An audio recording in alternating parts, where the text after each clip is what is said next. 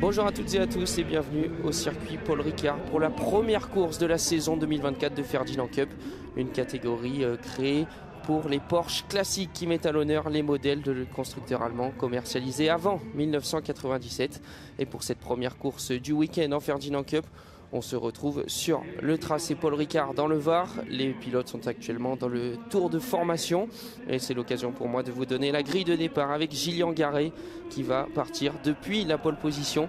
Il sera accompagné sur la première ligne par Christophe Ferré. Cédric Torres est troisième devant Daniel Ardouin. Le top 5 est complété par Didier Kless. En Ferdinand Cup, il y a plusieurs catégories selon le modèle de la voiture et leur puissance. Je vous détaillerai ça plus tard dans la course. Et donc dans la catégorie FC2, la pole position revient à Stéphane Erhardt devant Michel Cavallero et Christophe Deculto. En FC3, FC4, la pole est faite a été prise pour Samuel Serre devant Jérôme Salva et Ben Gaillet. On est ensemble pour une course de 50 minutes, la première du week-end. Les Ferdinand Cup ont déjà roulé 2 fois hier, vendredi matin. Ils avaient 1 heure d'essai libre qui était prévue. La qualification s'est disputée de nuit hier soir dans la nuit varoise pour 30 minutes, de quoi établir la grille de départ des 2 courses. Et donc aujourd'hui, nous nous retrouvons actuellement pour la première course de 50 minutes. Et nous en aurons une deuxième ce soir qui durera 1 heure à partir de 19h05. Et on va pouvoir suivre du coup ces 2 courses de Ferdinand Cup. Et Gillian Garet qui s'élance en pole position, c'est tout simplement le champion en titre. Il avait déjà gagné l'année dernière. Il avait raté le podium à 2 reprises seulement en 2023, 3 victoires et 9 podiums. Et il est revenu cette année avec l'ambition de faire le même et d'aller chercher une nouvelle fois un titre en Ferdinand Cup.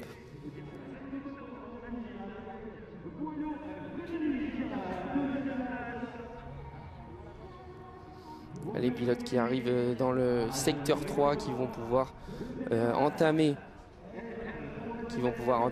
le premier tour. La voiture de sécurité qui est toujours en avance. C'est l'occasion pour moi de vous parler un peu plus de ce championnat de Ferdinand Cup qui a été créé en 2017. On arrive dans la 8e édition.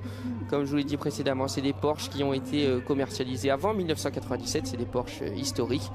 Et il y a 3 catégories ce week-end. La FC1 qui comporte des Porsche qui ont une puissance supérieure à 272 chevaux.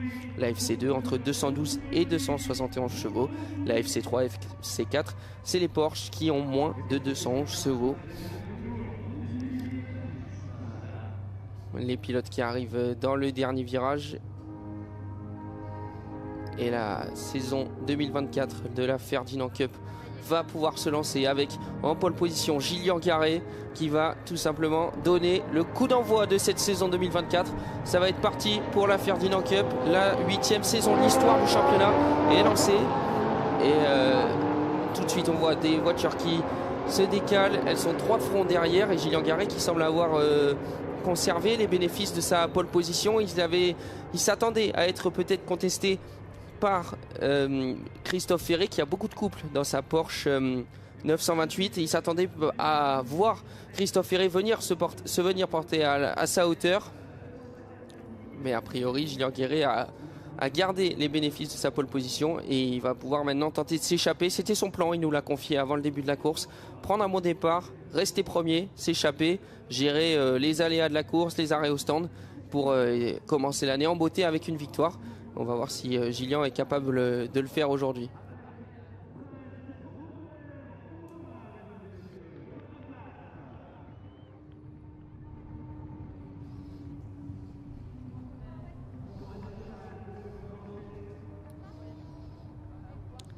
Et on arrive ici dans le virage du chicane nord avec Gillian Garet qui a déjà une très bonne avance sur Christophe Ferré. Il est parti, il a réalisé son plan à merveille pour le moment. Gillian Garet, Christophe Ferré est toujours deuxième. Derrière, nous retrouvons Cédric Torres au volant de la Porsche rouge. Et on voit ici à la chicane nord des tentatives de dépassement dans le peloton avec la numéro 11, Sébastien Serra à son volant. Et derrière, une grosse bagarre entre Serge Brunel et Gillian Garet qui a déjà une très bonne avance après les 2 premiers secteurs de ce circuit. Ça sort large derrière pour Cédric Torres au niveau du virage de la courbe de cygne. Et on voit ces Porsche classiques qui sont mis à l'honneur dans cette course, qui regroupe des amateurs, mais surtout des passionnés du constructeur allemand qui sont là pour se faire plaisir, pour faire bien sûr de la compétition et essayer d'obtenir les meilleurs résultats possibles. Mais c'est vraiment une ambiance qui est bon enfant, familiale. On a plusieurs pilotes qui courent en famille dans cette compétition.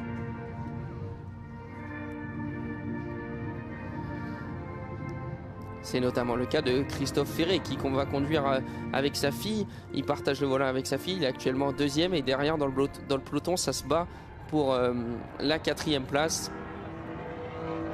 On fait l'intérieur ici dans le dernier virage.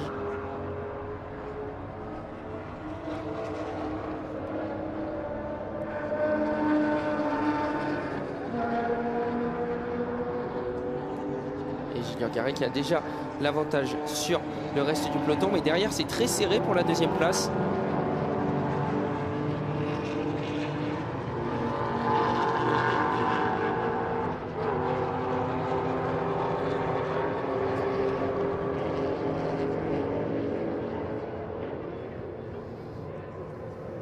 Et dans le peloton, le Ferdinand Cup, ils sont en pleine bagarre les pilotes. Julien Garret qui devance toujours Christophe Ferré.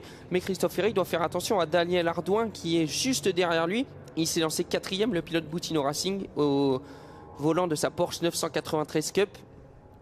Et il est en train de mettre la pression à son adversaire direct.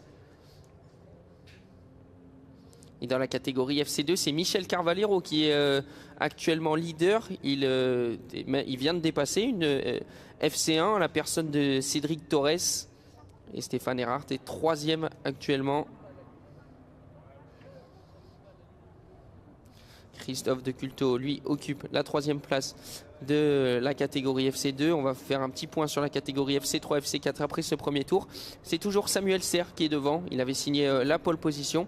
Il a une bonne avance sur Ben Gaillet et Jérôme Salva qui sont eux côte à côte et qui sont en train de se battre justement les 2 pilotes de cette catégorie FC3, FC4 qui sont respectivement pour Ben Gaillet au volant d'une 911 3,2 litres et pour Jérôme Salva d'une Porsche 924 S. Et pour les connaisseurs qui nous suivent, ça vous parlera forcément. Ce sont tous des Porsche mythiques et des Porsche qui sont historiques. Et c'est aussi le but de cette Ferdinand Cup, mettre à l'honneur ces modèles classiques et les voir courir sur les plus beaux circuits français et européens, parce que cette manche au Paul Ricard n'est que la première des 6 manches que va comporter la saison 2024 de Ferdinand Cup. Les pilotes auront rendez-vous début avril sur le circuit de Dijon-Prénois. 3 semaines plus tard, ils se rendront au Val de Vienne. Il faudra attendre début juin pour voir la Ferdinand Cup dans le paddock du circuit de Charade. Et puis après la rentrée en septembre, la 5e manche de l'année se disputera sur l'Anneau du Rhin. Et pour clôturer la saison, les pilotes auront la chance d'arpenter le mythique circuit de Spa-Francorchamps du 4 au 6 octobre prochain. Et ça nous fera une très belle... Il y a un très beau calendrier, un très beau plateau. Et c'est à Spa-Francorchamps que seront couronnés les champions. Et en tête de la course, Daniel Ardouin qui vient de se défaire de Christophe Ferré. Il est repassé et il en profite aussi pour signer le meilleur 3e secteur. Ça lui a permis de se rapprocher de Christophe Ferré 1 et de le doubler. Julien Garret, lui, est toujours solidement aux commandes de cette course. Il comporte 6 secondes d'avance sur le reste du plateau. On est à 3 de front là, en plein milieu du peloton.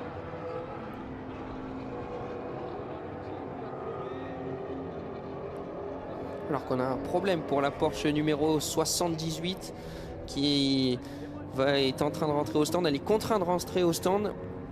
Et c'est un problème pour Vladimir Barras qui roule avec son fils Volodya Barras et qui vont devoir malheureusement abandonner cette première course. Ils auront une autre chance de briller ce soir à partir de 20 h pour la 2e course de ce week-end d'une durée d'1 heure. Mais pour cette première course, c'est l'abandon pour le duo Vladimir et Volodya Barras.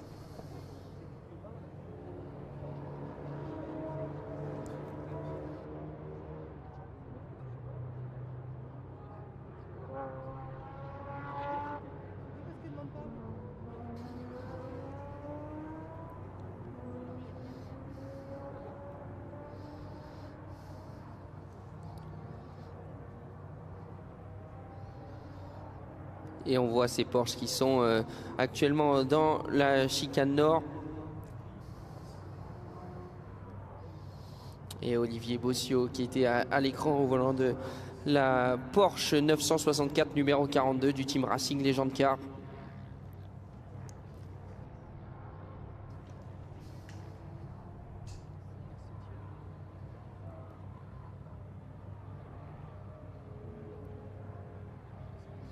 Et devant, c'est Christophe Ferré qui tente de s'accrocher derrière Daniel Ardouin. Mais le pilote au volant de la numéro 666 de la Porsche 928, il s'est fait doubler par Daniel Ardouin. Il a du mal à rester juste derrière lui. Mais il va tenter de revenir et peut-être de reprendre la deuxième position qu'il avait sur la grille.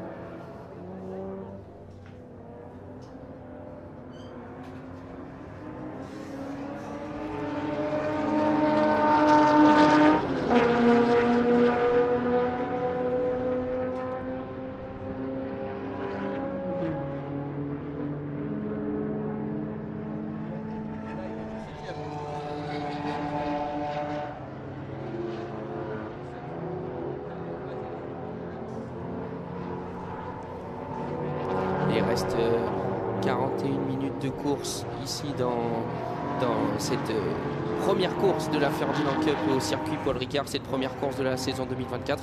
Et à mes côtés vient de me rejoindre Gaëtan Cano. Gaëtan, bienvenue, bonjour. Merci beaucoup, avec plaisir en tout cas pour se retrouver ici au Castellet. On a des belles autos, on va pas bouder notre plaisir quand même. Exactement, de belles autos, un plateau composé de 30 voitures. Plein de modèles différents, un championnat qui est toujours très agréable à suivre puisque on a des voitures qu'on ne peut plus voir de nos jours courir, ça leur donne leur chance de le faire. Ah, c'est sûr, là on est vraiment, allez, on va passer un petit peu de pommade sur les pilotes, ça me fait plaisir, c'est toujours une belle aventure en tout cas de voir des autos comme ça pouvoir être sur la piste. Il faut bien comprendre, c'est presque comme si vous preniez un tableau en fait pour venir rouler avec. Et puis là on est sur cette Ferdinand Cup justement avec, c'est vrai, un plateau, ok monomarque, mais un petit peu hétéroclite, on a un petit peu de tout pendant qu'on voit une petite échappée là pour le 76 qui a préféré ne pas prendre de risque sur le freinage et à juste titre se replacer. Attention, on ne prend pas normalement de place. Si on le fait dans les bonnes conditions, normalement il n'y a pas de souci. C'est Stéphane Erhardt qui a commis une petite erreur au freinage, qui a été obligé de court-circuiter cette chicane nord. Et il était en bataille, Stéphane Erhardt, il va perdre un peu de temps. Il va probablement essayer de remonter très rapidement. Et puis là justement on regarde, en tout cas on a des belles images. On voit ici que ça passe un petit peu loin. Alors on en parlait justement un petit peu de cette catégorie justement un peu hétéroclite. Le but étant vraiment de ramener sur la piste un petit peu cette passion et puis surtout ces voitures qui ont créé les grandes heures de l'automobile. Donc ça nous fait toujours plaisir de pouvoir les avoir ici parmi nous et puis qu'ils puissent surtout rouler dans les bonnes conditions pendant qu'on est en train de voir à l'image le numéro 666, ça porte bien son nom, avec Christophe Ferré.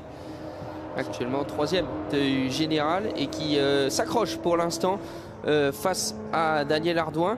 Il s'est fait doubler mais il lâche pas le morceau. Christophe Ferré, il est là derrière, il attend son heure peut-être. Du moins il arrive à tenir le rythme, c'est une bonne nouvelle pour lui. Il pourra toujours viser cette deuxième place du général. La tête en revanche est occupée par le champion en titre, Gillian Carret, 9 secondes 7 d'avance. Il a un bon matelas maintenant, il lui reste 40 minutes pour bien gérer, éviter les problèmes et aller remporter cette première course de la saison. Alors, on va pas vendre la peau de l'ours avant de l'avoir tué. Et c'est vrai que sur ces catégories-là qui sont un petit peu plus, classiques, le but étant surtout c'est de célébrer le patrimoine automobile via la marque Porsche. Quand même très belle. C'est de célébrer ça et on est d'accord, il faut faire en plus de ça sur 50 minutes, il faut un peu préserver la machine. C'est compliqué, il y a beaucoup de pièces chez Porsche qu'on trouve encore en neuf, mais en tout cas Pertim Moteur, il y a beaucoup de savoir-faire manuel qu'il faut garder. On a des pièces qui sont refabriquées pour ça.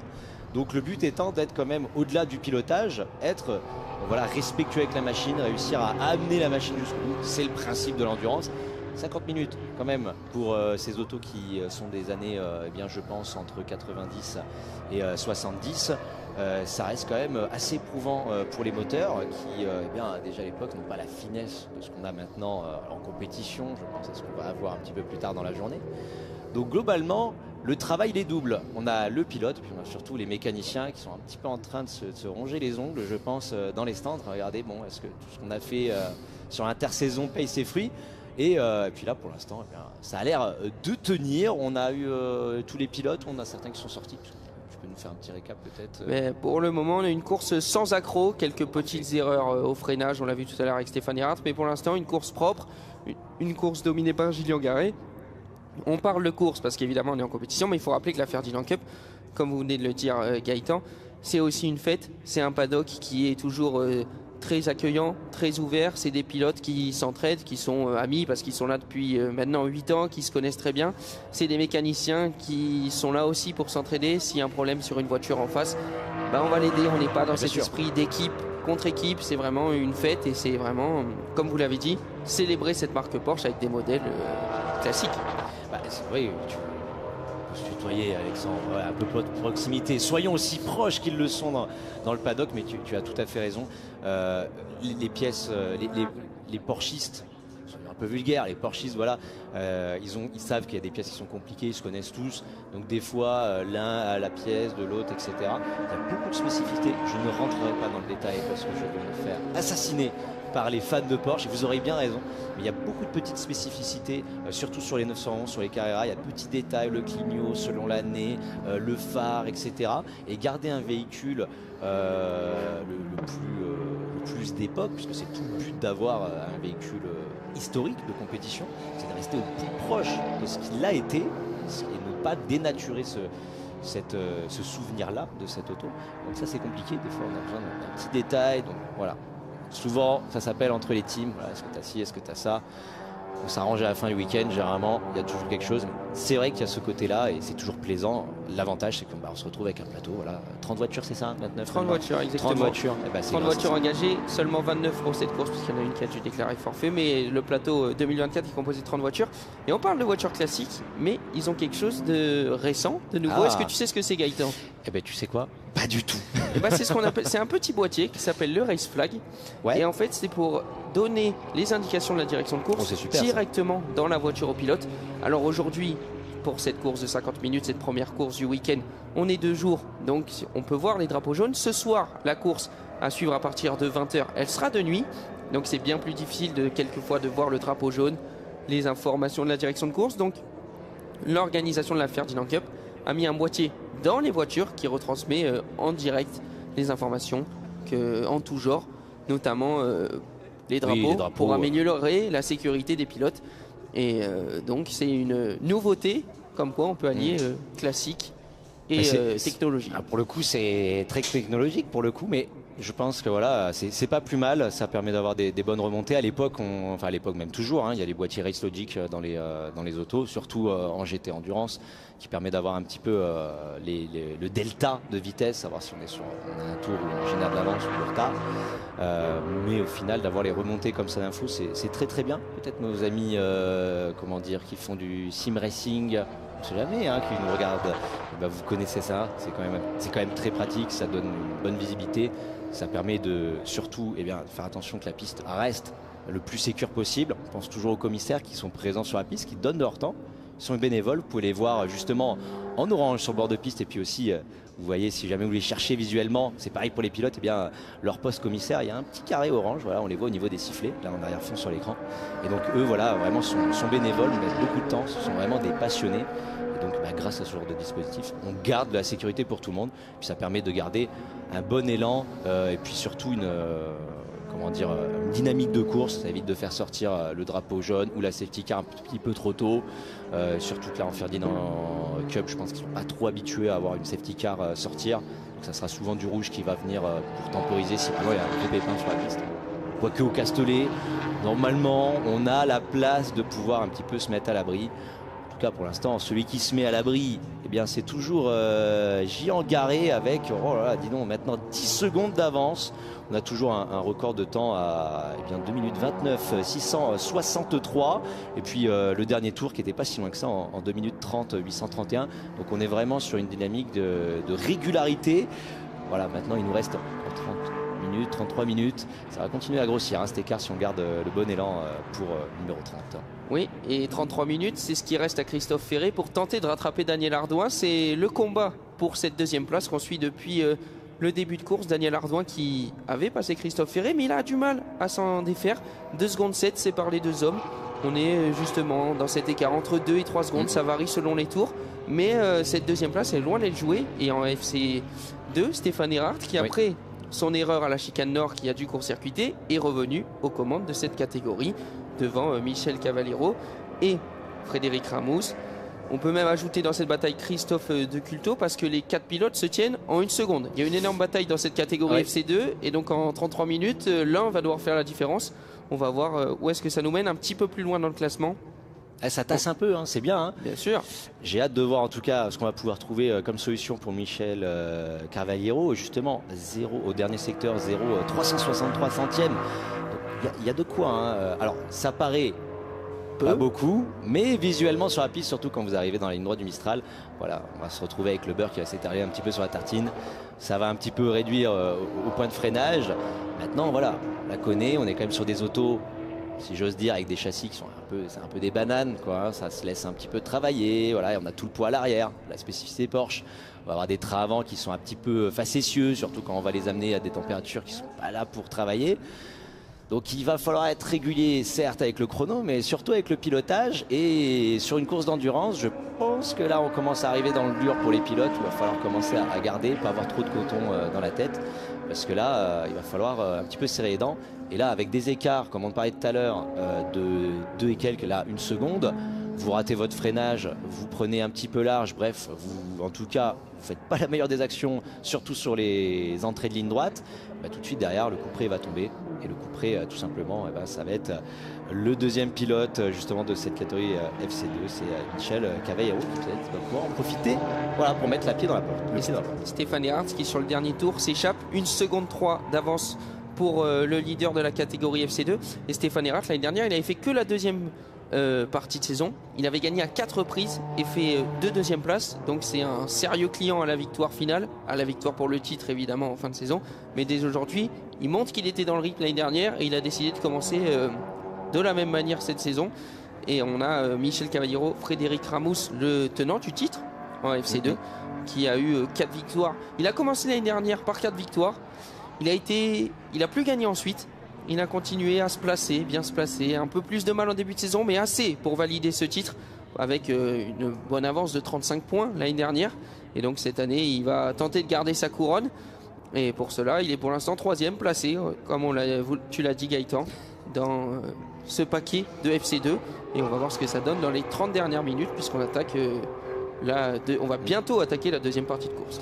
Alors le véhicule numéro 36 avec un tract limite au niveau du virage numéro 2. Attention, petit drapeau pour signifier au pilote justement 36. Alexandre, toi qui as les yeux rivés. 36, c'est Benjamin Moussion engagé en FC2 et qui a un peu plus dans le paquet. Il avait signé le 4e temps en qualification. Il a perdu quelques positions, mais c'est vrai que le T2 il est piégé parce que à la sortie, on peut un peu aller chercher trop large et c'est ce qui lui est arrivé. Il a été rattrapé par la patrouille et c'est un avertissement pour track limit. Et la patrouille, c'est le collège de commissaires, forcément, les directeurs de course qui surveillent ça d'un œil attentif. Ça, pour l'arrière du peloton, pour l'instant, ça reste relativement sage. On a quand même, voilà, ça redescend un petit peu pour les places pour le pilote belge Grégory Spanger, justement le numéro 29, qui est redescendu à la 24e place. Ça se passe un petit peu, voilà, les passations.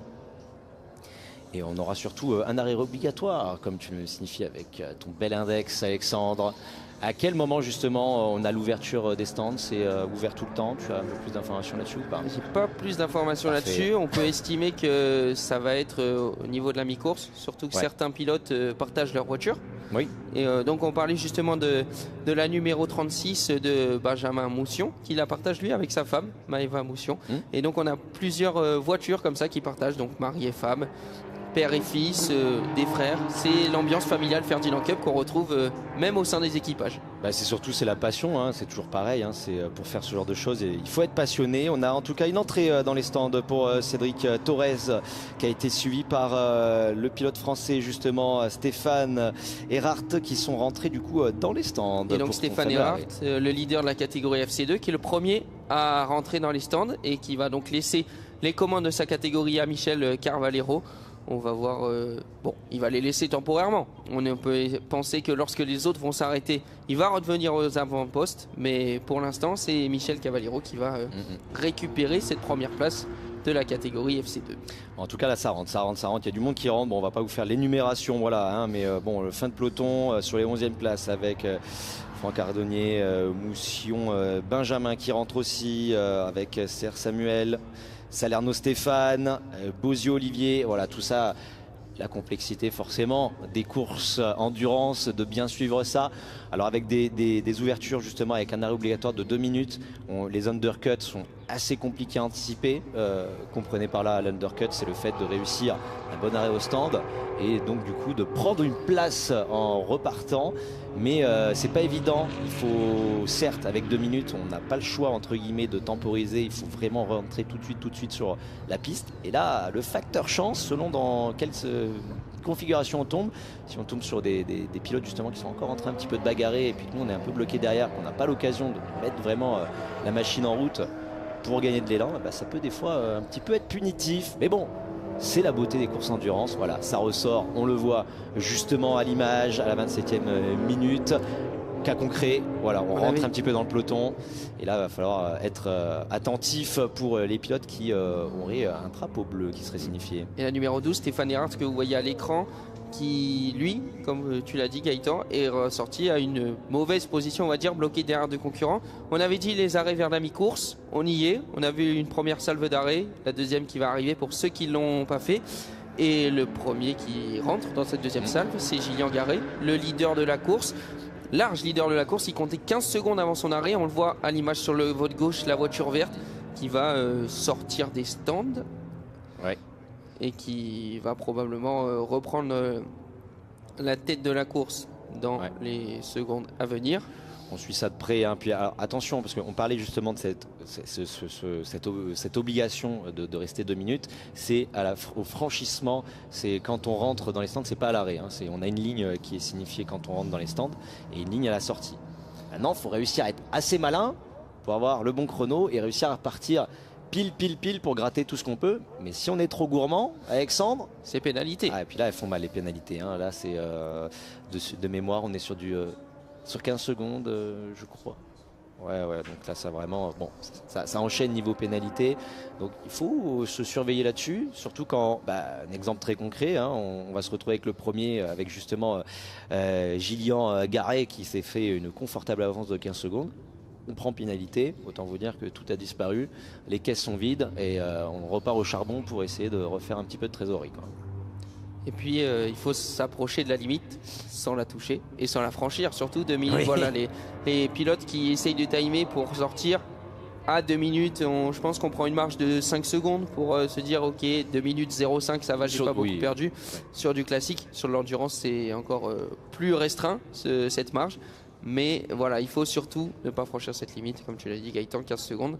C'est beaucoup trop pénalisant pour le peu de temps gagné. Ça peut être plus aussi, hein, parce que cet arrêt obligatoire, c'est peut-être l'occasion, si on a un petit souci sur la voiture, de pouvoir retravailler un petit peu dessus. On a forcément, dans les 2 minutes, on a largement le temps de travailler les pressions des pneumatiques, surtout avec cette piste actuellement qui, même si on a un ciel un petit peu mi-figue, mi-raisin, c'est un petit peu grisonnant, mais on a quand même on a des UV, donc ça tape un petit peu sur la chaussée. Donc tout doucement, elle est en train de monter en température. Là en plus ce matin, on est parti derrière justement les monoplaces qui n'ont pas spécialement non plus chauffé la piste, quoi, puisque c'est relativement léger. Donc là, petit à petit, il y a des trajectoires qui se nettoient. Même s'il n'y a pas un écart, voilà, remettons un petit peu l'église au milieu du village. Il n'y a pas non plus un gain de performance énorme, mais des fois 100 grammes par-ci, 100 grammes par-là, histoire d'ajuster lors du relais. Et on a une stratégie décalée pour la deuxième place au général, puisque Christophe Ferré s'est arrêté. et il avait du mal, il perdait un petit peu de temps sur Daniel Ardouin qui était juste devant lui. Il avait perdu 1 seconde 5, il a préféré s'arrêter. Daniel Ardouin lui toujours en piste, il mène la course actuellement. Et en FC2, c'est les leaders qui s'arrêtent tous en même temps. Michel Carvalero, oui, là, on a un Christophe Deculto, Frédéric Lamours. Là, ça va être la course dans la course. C'est la course dans les stands là qui commence. Alors attention à vigilance, forcément sur la relance selon où est-ce qu'on se trouve dans ces stands-là. On a justement la fast lane, la partie qui est en bleu, qu'on appelle en tout cas qui est la ligne temporaire. C'est celle qui va nous permettre de nous lancer. Tout ça, il va falloir être très vigilant. Forcément, le pilote en aval est prioritaire.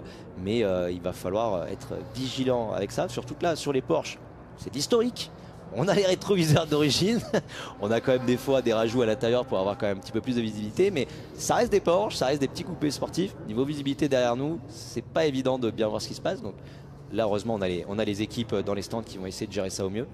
Mais voilà, il faut faire attention sur les relances, surtout que là, on a quand même une sacrée belle dame sur la piste. C'est dommage d'abîmer un petit peu de carrosserie. Oui, et cet arrêt, ça va permettre très probablement à Stéphane Errard de retrouver les avant-postes de la catégorie FC2. Mais 2 minutes, c'est très long. Et oui, c'est des arrêts qu'on n'a pas l'habitude de voir. Donc c'est vrai pendant 2 minutes, on est dans ce flou de savoir à quelle place ils vont sortir. Des fois plus de 2 minutes, comme tu l'as dit, s'ils réparent quelque chose. Donc là, on est dans ce flou. On voit que les 3 pilotes de la catégorie FC2 sont toujours au stand. Et puis surtout, on a du drapeau jaune sur la piste. Oui, drapeau jaune qui est agité actuellement. Donc grâce à leur boîtier race flag, les pilotes ils l'ont dans la voiture. Et là, nous sur nos écrans aussi. Le plus important, c'est surtout voilà, respecter bien les autres. On rappelle toujours, vous savez, vous êtes assidus, ceux qui nous regardent, vous êtes des passionnés, mais bon voilà, on le répète, les pilotes sont tenus sur un drapeau jaune, simple drapeau jaune, de bien ralentir l'allure, être prêt à changer de trajectoire à tout moment, et surtout ne pas se dépasser. Ça peut être un petit peu punitif, on peut vite se faire taper sur les doigts. Donc ça, il faut être très très vigilant. Les commissaires et puis surtout la direction de course n'aiment pas du tout les dépassements, puisque c'est un moment de vigilance. On veut garder un maximum de sécurité sur la piste. Donc là, on va suivre au mieux en tout cas ce qui se passe. Et puis normalement, une fois que le secteur est passé, on a un drapeau vert. Comme tu le dis si bien Alexandre, affichage dans la voiture, impeccable, c'est sûr, c'est net, c'est clair. On sait quand est-ce qu'on peut relancer la machine à vive allure et puis peut-être essayer de gratter un petit peu pendant que ça sort massivement là des stands. Oui, et j'ai l'impression que cette neutralisation partielle de la course a permis à Daniel Ardouin et Christophe Ferré de rester en tête, parce que Gillian Garet qui s'est arrêté précédemment, il a eu le drapeau jaune. Il a dû plus ralentir pendant que c'est... Sacré dégringolé. Ouais, là, c'est clair, là je surveille effectivement. Il se retrouve 6e, très loin de Daniel Ardouin. Alors est-ce que c'est le drapeau jaune ou est-ce que c'est Gillian Garet qui a dû faire un arrêt au stand plus long? On l'a pas vu ressortir. Donc ça peut-être l'un, peut-être l'autre. Est-ce qu'il devait peut-être réparer quelque chose sur sa voiture? Mais en tout cas, il est 6e et très loin maintenant de la tête de course. Ouais, puis surtout, alors c'est toujours lui qui a le meilleur temps. Alors pas sur ce tour-là, on voit justement son dernier tour, c'était son tour de lancement. Il a été long, 4 minutes 38, donc ça a pris du temps. On avait le chrono dans le tas du coup qui tournait. Là, on vient de passer justement ce secteur numéro 2 pour Gillian Garet qui nous fait la remontée, voilà, en souplesse. Avec record du tour. Exactement, et puis surtout... la deuxième place qui est reprise. On a le team manager de la voiture 11, 18 et 68 qui sont attendus en direction de course. On va avoir quelques demandes qui vont être faites. Et puis surtout, la voici, fermeture de cet arrêt au stand, la fenêtre pour pouvoir s'arrêter, c'était maintenant. Et celui qui en profite pour ressortir in extremis, on le voit au loin. Voilà, est-ce que ça rentre là? Est-ce que ça rentre pour son arrêt au stand? Mais malheureusement, on est rentré pour le numéro 31 un petit peu tard. C'est Daniel Ardouin, le leader de la course, qui est entré probablement après la fermeture de la pit lane. Et voilà ton explication. La direction de course. Et voilà ton explication. Tu posais justement la question, comment ça se fait qu'il avait réussi à remonter? Pas d'arrêt. Pas d'arrêt, il a joué avec la limite, avec le drapeau jaune, il a sûrement dû trop ralentir, et ça s'est joué à pas grand chose. On a un nouveau drapeau jaune dans le deuxième secteur, mais Daniel Ardouin, on parlait de limite tout à l'heure, la situation de course lui a fait franchir la limite, et du coup il va s'arrêter hors de la fenêtre d'arrêt au stand, ce qui devrait normalement Je n'ai pas le détail des pénalités. Il devrait en recevoir une. Ouais, ça va coûter très très cher. Hein, là, c'est parti pour du 30-40 secondes facile. Autant vous dire que c'est la dégringolade. Si heureusement il s'est arrêté, parce que s'il avait continué, là c'est drapeau noir, finito, bonne journée. Et puis on est déclassé. On a une précision pour le drapeau jaune qui est sur le virage numéro 9, actuellement agité, qui va du coup condamner une deuxième partie. Qui va être malheureusement un petit peu empiété pendant que là on cherche toujours à prendre de la vitesse dans la ligne droite, et puis on suit toujours un petit peu où est-ce qu'on en est pour les pilotes. Et puis on a Torres Cédric qui en a profité pour reprendre la 4e place, le pilote suisse au numéro 92 qui grimpe un petit peu, et puis qui embarque avec lui Stéphane Erhardt juste derrière lui. Puis malheureusement ça se fait au détriment de Ramos Frédéric, puis de Carvalho Michel, du coup qui cèdent un petit peu leur place. Et puis celui discrètement depuis tout à l'heure qui grimpe, qui prend quelques places petit à petit. Il était un petit peu loin, le numéro 11, Serra Sébastien, qui essaie justement de raccrocher un petit peu les wagons, de ramarrer un petit peu avec le peloton de tête au milieu de ces FC2, c'est ça? Exactement, au milieu des FC2. Il va devoir traverser un petit peu l'orage. Oui, Sébastien Serra qui avait une qualification plus compliquée et qui au volant de sa Porsche 993 qui remonte petit à petit, alors qu'on a un stop and go de 4 secondes pour la voiture de Gilles Boyer qui est engagé en FC2. Donc un stop and go pour les gens qui nous suivent peut-être pour la première fois. Qu'est-ce que c'est? Vous rentrez au stand, vous immobilisez 4 secondes au niveau de votre équipe et vous repartez. Donc c'est pas 4 secondes de pénalité, c'est aussi toute la durée de la traversée des stands. Elle est plutôt longue au Paul Ricard. Donc je connais le chrono si tu veux. Je veux bien le chrono exactement. Dans les meilleures conditions, avec le speed limiter. Ils ne sont pas équipés ces voitures. Donc il va falloir être très fin, parce que sinon c'est-à-dire on rentre, on va trop vite, on reprend un drive-through. C'est pas super. Donc là c'est 33 secondes. La traversée des stands. Donc là avec l'arrêt 4 secondes, plus le temps de freiner, de accélérer. Là on est parti pour 40-45 secondes de pénalité facile. Et tu parlais de la remontée de Sébastien Serra. Il passe par les stands, Sébastien Serra. Est-ce qu'il a un problème? Logiquement il doit en avoir un, parce que la fenêtre d'arrêt au stand est terminée. Donc il doit avoir un problème. Il est rentré au stand, le pilote de le numéro 11 avec sa Porsche 993 C2 du team AS Racing, et il doit avoir un petit problème, Sébastien Serra. On va voir s'il repart, s'il peut repartir, mais en tout cas c'est dommage. C'est dommage parce qu'on a fait une remontée depuis tout à l'heure, ça travaillait un peu. Il était revenu. Et puis ça rentre aussi pour Gilles Boyer là à l'instant, qui vient de reprendre la voie des stands pendant que ça sort aussi. On le voit avec Daniel Ardouin qui reprend, et puis Sébastien Serra pareil, qui reprend du coup la sortie des stands direction le premier virage. Il reste 15 minutes 40 pour cette course, Alexandre. Ça reste un petit peu calme, mais pour l'instant ça tient bien. Voilà, les Porsche qui font le travail. On le rappelle, une grande majorité des moteurs sont en refroidissement par air. On par là qu'il n'y a pas de radiateur d'eau. Donc c'est pas évident de garder de la fiabilité, mais comme quoi l'impossible nul n'est tenu. Puis même avec des machines des années 70, on arrive à faire tenir. Comme quoi c'était quand même bien pensé à l'époque. Puis on a évoqué la catégorie FC1, la catégorie FC2. Faut pas oublier la catégorie FC3 et FC4. C'est des Porsche qui ont une puissance inférieure à 211 chevaux. Et dans cette catégorie, c'est Samuel Serre qui s'en sort le mieux, puisqu'il est 14e du général, au milieu de certaines FC2, au milieu de certaines FC1. Il avait signé la pole position dans cette catégorie FC3 FC4. Et il se bat avec sa Porsche 911 SC. Un peu plus loin, on a Ben Gaillet et Jérôme Salva qui, eux, occupent actuellement la 2e et la 3e position de cette catégorie FC3, FC4.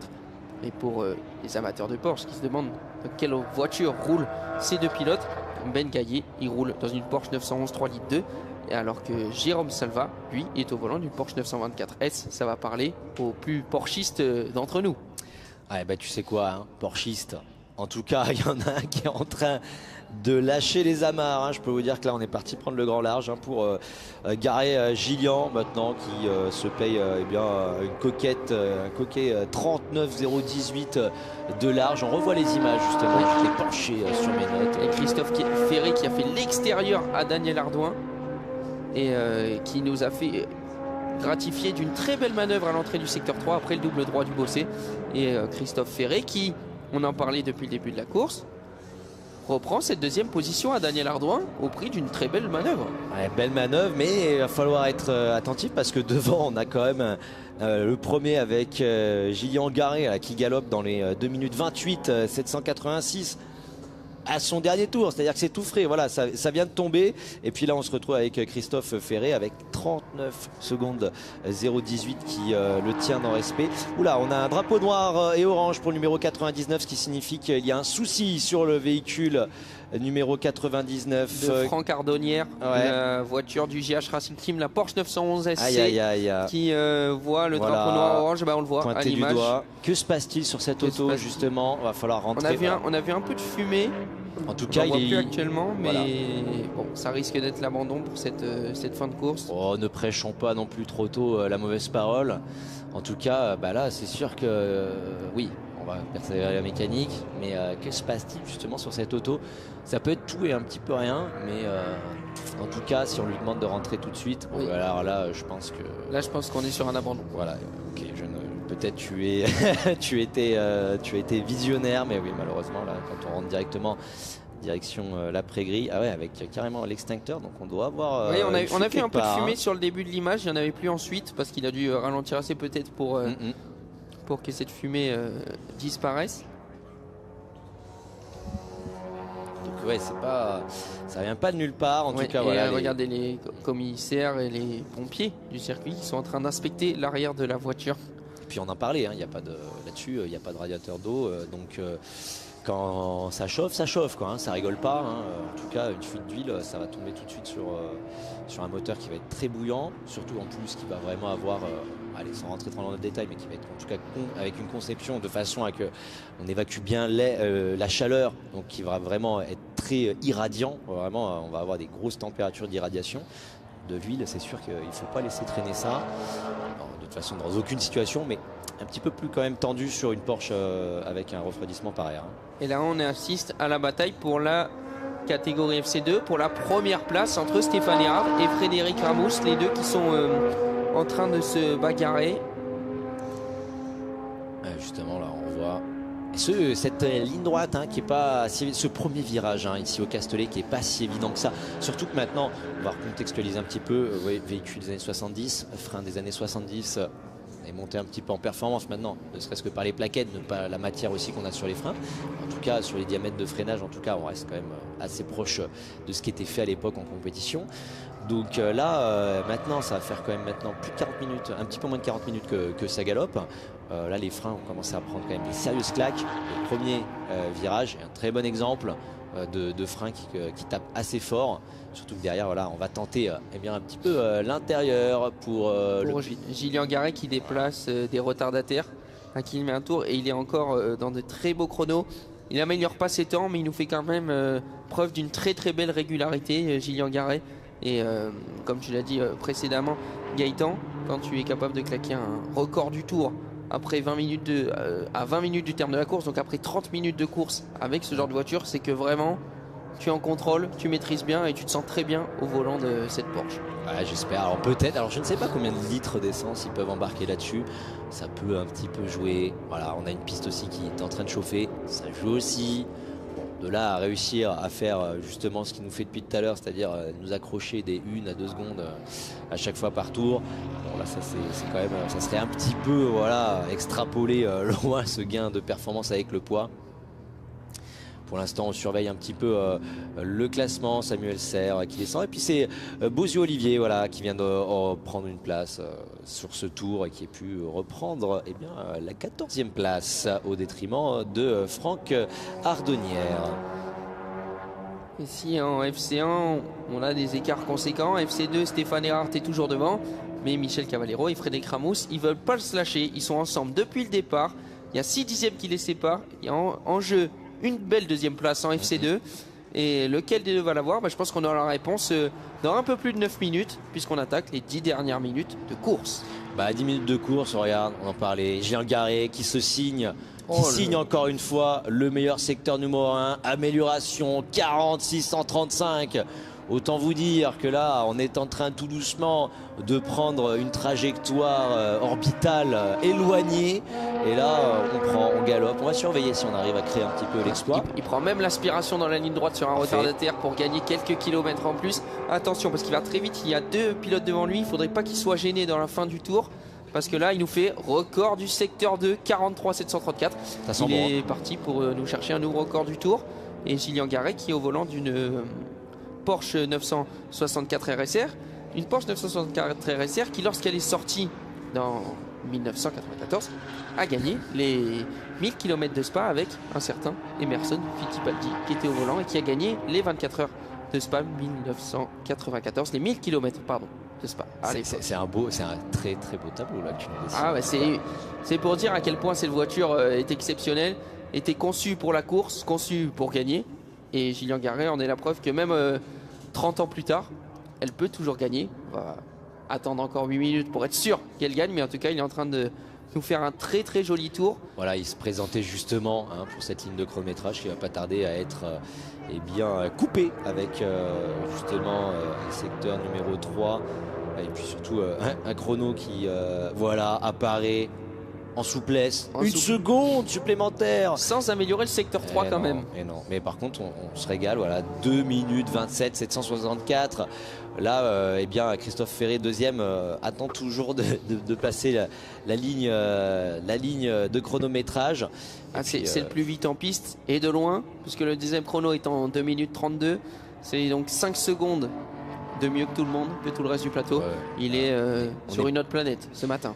Oh, on est plus qu'à l'aise là, là franchement c'est vraiment royal. En tout cas on en profite bien. Voilà, ça se présente justement le véhicule de Ferré Christophe qui va venir du coup franchir la ligne d'ici quelques instants. Oui, Daniel Ardouin qu'on voyait aux avant-postes, qui est rentré un peu trop tard après la fermeture de la pit lane. Il est désormais 5e, Daniel Ardouin, et il va devoir peut-être écoper d'une pénalité. En tout cas, même sur la piste et son arrêt au stand, il y a dû avoir quelque chose qui clochait, parce que Cédric Torres lui est passé devant et est en passe de lui ravir la 3e place et de monter sur le premier podium de cette saison 2024. Parce qu'on vous le rappelle, si vous n'étiez pas avec nous en début de live, c'est la toute première course de la Ferdinand Cup de la saison 2024. Et on en aura une deuxième ce soir à 20h. Oh la vache, ça va se faire plaisir. Celui qui se fait plaisir, arrière de peloton, voilà, concentration un petit peu aussi sur les arrières avec Nathan Guiton, le numéro 6, la 21e place, qui est venu justement remonter, prendre une place supplémentaire. Ça fait justement ses affaires, voilà, les belles images sur l'entrée de la pit lane, de la grande ligne droite, Mistral, où on s'applique. Bon, c'est compliqué maintenant quand même de pouvoir rivaliser avec la Porsche Turbo de Christophe Ferré qui est venu prendre le large, voilà, qui va venir attaquer le freinage ici sur cette entrée DS en souplesse et puis surtout trouver la bonne accélération. Heureusement on a un turbo qui va faire l'affaire, en tout cas pour pouvoir remettre un petit peu de violence, voilà, sur cette piste. Mais vous voyez vraiment toute l'importance de s'appliquer en sortie justement en entrée de cette grande ligne droite, parce qu'il y a beaucoup à jouer. Et puis on va pouvoir jouer un petit peu avec les aspirations. Voilà, on se décale un petit peu pour se présenter. Attention, bien vu là au freinage, là on a beaucoup d'écart. Oui, ça va sûrement croiser, ou on s'est un petit peu ravise derrière, on laisse un petit peu, oui, je pense qu'il y a un écart de performance sur les autos qui est en train un petit peu de sonner le glas là.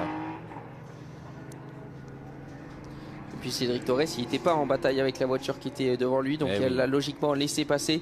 Il s'est fait prendre un tour par le 3e de cette première course de la Ferdinand Cup, et il va tenter, le concurrent qui est derrière lui, de le suivre pour essayer de faire au mieux. Mais Cédric Torres est déjà en train de prendre le large avec sa Porsche 964. Et puis discrètement en milieu de peloton là, avec la 10e place de Moussion Benjamin qui est venu remonter, et puis c'est Guillaume Sauger qui descend un petit peu dans le classement, voilà, qui malheureusement redescend à la 12e place. Et puis on a une féminine aux 23e place qui remonte un petit peu, Ferré Sophie, qui en profite pour dans ces 4 dernières minutes pour essayer de se refaire un petit peu la cerise, pour pouvoir remonter un petit peu là-dedans, dans tout ça. En tout tout cas pour l'instant, eh bien, ça tient très très bien ces autos. On a eu quelques soucis, c'est normal, c'est une course d'endurance, ça met à l'épreuve la mécanique et les pilotes, mais ça se tient plutôt pas mal. Donc on a vu là pour le numéro 42, voilà, on a un peu bourré le nez. En même temps, c'est une Porsche, hein, c'est pas évident de trouver de l'adhérence. Voilà, on va s'appliquer pour venir retrouver les bonnes trajectoires. Qui n'est autre que Bozio Olivier qui était à la manœuvre et puis qu'il est toujours là à l'entrée de la grande ligne droite. Et devant, Gillian Garay qui n'améliore pas, mais qui reste sous des temps en dessous des 2 minutes 30 et qui, dans 3 minutes 28, devrait gagner cette course puisqu'il a plus de 52 secondes d'avance sur son dauphin, Christophe Ferré. Oh que c'est bien dit. En tout cas, on surveille ça. Bon, ça commence toujours à creuser, hein, décidément. Là, c'est la pelleteuse, hein, Gillian Garay, 52. On est en train de s'éloigner encore une fois pour le premier de cette catégorie. Derrière, est-ce qu'on a quelques voilà, échanges viril mais cordial?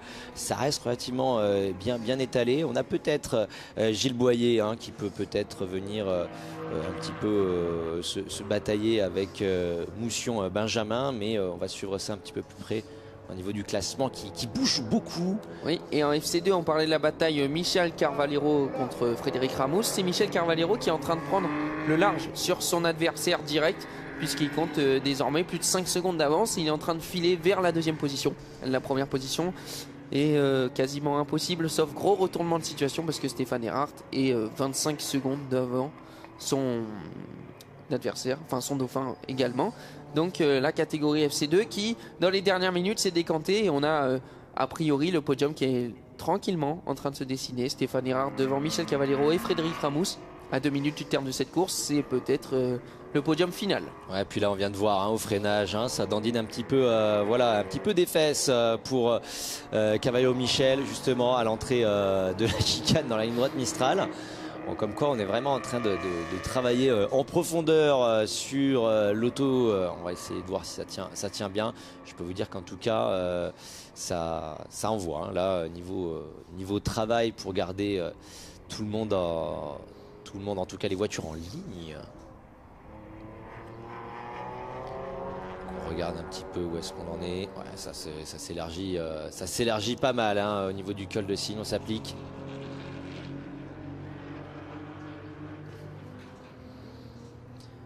Et puis toujours, voilà, le deuxième. Toujours Christophe Ferré. Ferré Christophe, hein, voilà, qui continue toujours à rouler. Voilà, tranquille. Et puis derrière, on suit un petit peu Bozio Olivier, voilà, qui en profite un petit peu pour regarder le deuxième, s'est lancé un petit peu plus loin de lui. Forcément l'écart de performance qui s'en fait sentir, hein, pour ces autos. Vous voyez, au volant d'une Porsche 964 qui, pour les plus fans de la Porsche Caraque France d'entre nous, était l'une des voitures utilisées en Porsche Caraque France.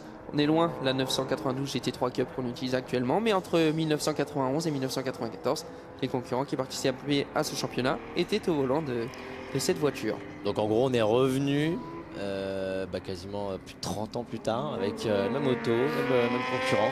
Voilà. Exactement. Mais ça, tu vois, ça c'est la définition même de ce qui est le sport classique, le classique historique compétition. 20 secondes maintenant pour passer la ligne droite. On en est où pour le premier, justement? On était déjà passé. On est déjà passé justement cette ligne droite des stands. Donc on va suivre un petit peu s'il nous restera un tour ou si ça va enchaîner tout de suite avec le drapeau à damier. On est dans le dernier tour, comme indiqué, le final lap. Impeccable. Et le dernier tour de Gillian Garay qui aura maîtrisé cette course de bout en bout, alignant les records du tour en deuxième partie de course et qui va s'offrir très probablement la victoire pour cette première course de l'année. Après avoir fini en beauté l'année dernière, il se place comme le concurrent, le favori au titre et surtout le grand concurrent à battre. Gillian Garay, champion en titre de la FC1 qui commence l'année 2024 de la meilleure des manières. Allez, on s'élance une dernière fois justement pour le premier, pour Garay sur cette ligne droite. Le panneau 200 mètres, hein, qui va être... est-ce qu'on va venir accrocher freinage un petit peu plus tard maintenant? Voilà, le panneau 200 en souplesse. en efficacité. Sans prendre de risques, pas de risque inutile dans ce dernier tour. Il y a l'avance. Il peut se le permettre, hein, vu l'avance qu'il a, quasiment 1 minute 01. On est à la moitié d'un tour. C'est vous dire où est-ce qu'on en est rendu pour Gillian Garet. Alors, on va arriver sur le haut du col de Cygne. Là, ça va rentrer une dernière fois fort. Allez, encore. Christophe Ferré qui est le seul pilote à être dans le même tour que le leader. C'est dire la performance de Gillian Garet qui a survolé cette première course du week-end. Avec un moment pareil, je peux vous dire oui qu'on survole. Hein. Là, on crée du downforce. Allez, col de Cygne. Le double droit du Bossé. On arrive dans ce secteur 3 qui va marquer la fin de cette première course de la saison 2024 de Ferdinand Cup.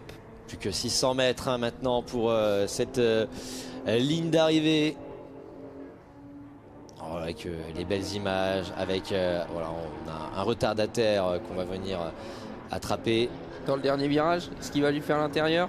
Quand même, est-ce que, en tout cas, très belle performance, une belle auto. Ouais, il va pas prendre de risque. Il ne va pas rattraper le pilote devant lui, peut-être le passer juste avant la ligne.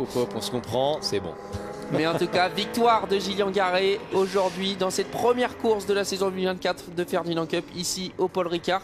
Le pilote qui avait signé la pole, le pilote GTR avec Legendary Racing au volant de sa Porsche 964 RSR qui s'impose, qui salue, il a bien raison, il nous a fait du beau spectacle, de gros chronos. Regardez maintenant l'écart, regardez l'écart, on n'y est pas encore là, non, ça c'est pas la 666, on va la voir à l'image, je peux vous dire que là... Ça se compte en plus d'1 minute. Voilà, il est déjà arrivé, voilà, le premier est arrivé, Gillian Garet, elle est seulement ici.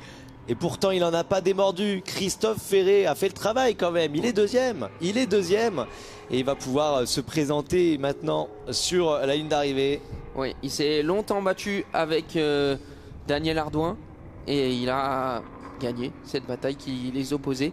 Et dans le dernier virage, Christophe Ferré, il va réaccélérer une dernière fois, aller chercher la ligne d'arrivée et s'assurer cette deuxième position pour Christophe Ferré au général. Et dans une trentaine de secondes, on va voir arriver Cédric Torres qui lui va finir 3e. Et ben le voilà à l'image, Cédric Torres au volant de sa Porsche 964 toute jaune. En tout cas, ben voilà, hein, pilote suisse, bien représenté les pilotes suisses hein, sur ce week-end de compétition Ultimate Cup Series. Justement, ben, ça nous fait plaisir, les pilotes suisses qui sont au rendez-vous, qui ont bien travaillé hein, en monoplace, en Formula Cup. Il y a eu un beau podium, 2 fois les Suisses qui sont venus sur les podiums. Et on en aura un troisième. Le voici avec Cédric Torres sur cette catégorie FC1. Merci. Voilà, le 3e général, 3e FC1. Et on va maintenant s'intéresser à la catégorie FC2 puisque le leader va arriver dans une... voilà, sur la ligne. Stéphane Erhardt qui remporte la première course de cette saison en catégorie FC2. Il va devancer dans un instant probablement Michel Carvalero qui nous aura aussi lui gratifié d'une très belle course, d'une belle bataille et qui aura fait la différence au moment où il fallait la faire pour s'assurer une 2e place. Là, on va aussi avoir le franchissement de la ligne pour la FC1 de Serra, Sébastien et puis en doublé qui sont quasiment arrivés presque. Il y avait 9/6 sur la ligne. Il n'y avait pas grand chose hein. Cavaliero, Michel et Ramos Frédéric Ramos Frédéric, le champion en titre qui termine seulement 3e de cette course. C'est dur. En tant que champion en titre, quand on revient, on le met forcément en favori. Donc, la régularité, Alexandre. Il faut la régularité. Il vaut mieux faire 3e toute la saison que faire premier, dernier. Je pense que c'est ce qu'il cherche, la régularité. Après avoir une saison fait de haut et de bas la saison dernière. Mais ça ne lui avait pas empêché d'aller chercher le titre. Et à mon avis, il sera déjà au retour au combat ce soir à 20 h pour la course d'1 heure. Ça va être magnifique. Qu'on aura à voir, de nuit entièrement, évidemment. Et c'est donc Frédéric Rabonski se complète ce podium FC2. Le podium FC3, FC4, c'est le poleman Samuel Serre qui nous aura fait une course magnifiquement maîtrisée de bout en bout pour s'offrir cette victoire. Et il faut descendre un petit peu plus bas dans le classement pour avoir le reste du podium. Samuel Serre qui finit quand même 12e au général avec une voiture qui a quand même bien moins de puissance que les autres. C'est quand même une solide performance. Et puis Ben Gaillet et Jérôme Salva qui complètent ce podium FC3, FC4. Ben voilà, impeccable. On a pu justement ségrer 50 minutes, 55 minutes. 50 minutes, 20 avec, tours de... 55 en attendant le dernier tour de récupérer tout le monde. Je précise, mais voilà, vous avez justement ce classement qui s'affiche devant vous. Et puis en tout cas, ça a bien travaillé. Et puis on va pouvoir sûrement se régaler avec des highlights que la réalisation est en train de nous concocter. On va pouvoir voir ça juste après et vérifier tout ce qui s'est passé. Voilà. Parce que 50 minutes, des choses se sont passées. Bien sûr, des choses se sont passées, des jolies voitures en piste. Et si vous arrivez que maintenant pour voir la suite de la journée de l'Ultimate Cup Series, voici le highlight avec les feux qui se sont éteints ce matin pour donner le coup d'envoi de la saison 2024 de la Ferdinand Cup. Avec Gillian Garet qui immédiatement s'est placé aux avant-postes, qui n'a pas lâché face à Christophe Ferrier et qui était directement dans le match. On revoit cette jolie bataille qu'on a eue tout au long de la course entre Christophe Ferré et Daniel Ardouin. Et puis voilà, des jolis Porsche, des Porsche... Ouais, justement, avec forcément, tout à l'heure. Cette petite erreur de Stéphane Erhardt qui lui a pas empêché de gagner. Ouais, c'était exactement. Quand est-ce que j'étais? C'était au moment où j'étais arrivé avec toi pour commenter. Il va y avoir une chose. Je suis venu. Je vais repartir tout simplement puisqu'on va pouvoir aller célébrer les pilotes de cette Ferdinand Cup. Donc, mesdames et messieurs, si vous voulez vous aussi, savourer ça. Vous pouvez faire les deux, je vous rassure. Restez avec nous sur la live, restez avec Alexandre qui va vous finir de vous accompagner vers ce reste de cette journée. Et puis nous, on va aller savourer le podium directement à l'honneur comme un pilote F1. On va pouvoir faire ça juste au-dessus des stands. Donc à toi l'antenne, Alexandre. Merci Gaëtan, merci pour ta venue. Puis on se retrouve plus tard dans la journée.